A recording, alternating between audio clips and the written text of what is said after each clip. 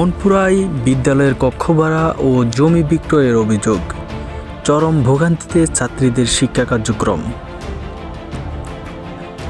ভোলা জেলার মনপুরা উপজেলায় সিরাজগঞ্জ বাজার সংলগ্ন সাকুচিয়া বালিকা নিম্ন মাধ্যমিক বিদ্যালয়ের প্রধান শিক্ষক ও ৪ নং দক্ষিণ সাকুচিয়া ইউনিয়ন যুবলীগের সভাপতি মোহাম্মদ শহীদ মোল্লার বিরুদ্ধে বিদ্যালয়ের একাধিক কক্ষ ভাড়া দেওয়া এবং বিদ্যালয়ের জমি বিক্রির গুরুতর অভিযোগ উঠেছে। স্থানীয় সূত্র ও বিদ্যালয় সংশ্লিষ্টদের সঙ্গে কথা বলে জানা যায়, বিদ্যালয়ের মোট ৮টি কক্ষেই পানি উন্নয়ন বোর্ডের লোকদের কাছে ভাড়া দেওয়া হয়েছে। এসব কক্ষ ভাড়া দিয়ে প্রতি মাসে আনুমানিক ২৫ থেকে ৩০ হাজার টাকা আদায় করা হচ্ছে। এতে বিদ্যালয়ের নিয়মিত পাঠদান মারাত্মকভাবে ব্যাহত হচ্ছে এবং শিক্ষার্থীরা চরম দুর্ভোগে পড়েছে। বিদ্যালয়ে একাধিক অভিভাবক জানান, শ্রেণীকক্ষে সংকটের কারণে অনেক সময় খোলা জায়গায় বা গাদাগাদি করে পাঠদান চালাতে হচ্ছে। এতে পড়ালেখার পরিবেশ নষ্ট হচ্ছে এবং শিক্ষার্থীদের মানসিক ও শারীরিক সমস্যাও দেখা দিচ্ছে। যেহেতু এটা ওঠানামা করে মহিলাদের তো মেয়েদের কাছে ক্ষয়ক্ষতি হয়, ডিস্টার্ব হয়।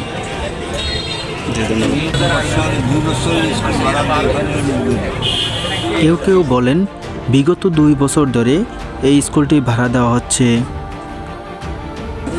হ্যাঁ, বিষয়টা আমাদের কাছে আমাদের নজরও আসছে, আর আমরাও দেখতে পারছি যে আমাদের ৪ নং দক্ষিণ সাকুচিয়া ইউনিয়নের বালিকা নিম্ন মাধ্যমিক বিদ্যালয়, এখানে শিক্ষার মান উন্নয়নের জন্য সরকার একটা নিম্ন বালিকা মাধ্যমিক বিদ্যালয় প্রতিষ্ঠা করছে।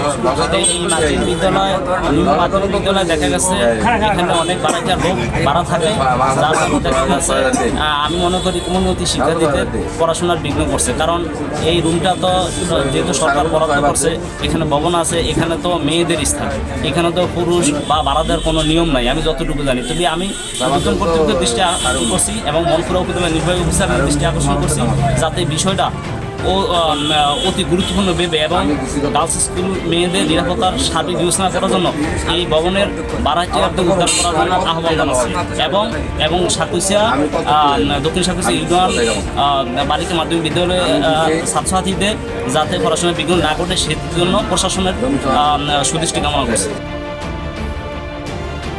সরজমিনে অনুসন্ধানে আরও চাঞ্চল্যকর তথ্য উঠে আসে। অভিযোগ রয়েছে, প্রধান শিক্ষক মোহাম্মদ শহীদ মোল্লা বিদ্যালয়ের কিছু জমি বিক্রি করে দিয়েছেন।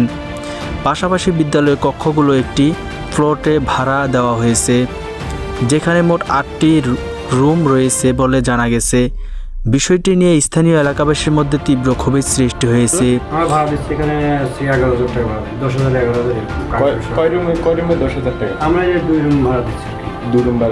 এ বিষয়ে প্রধান শিক্ষক মোহাম্মদ শহীদ মোল্লার বক্তব্য জানতে একাধিকবার তার মুঠোফোনে যোগাযোগের চেষ্টা করা হলেও তিনি ফোন রিসিভ করেনি, ফলে অভিযোগের বিষয়ে তার কোনো বক্তব্য পাওয়া যায়নি।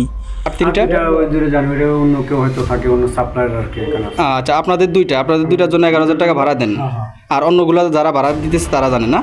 জি, ধন্যবাদ।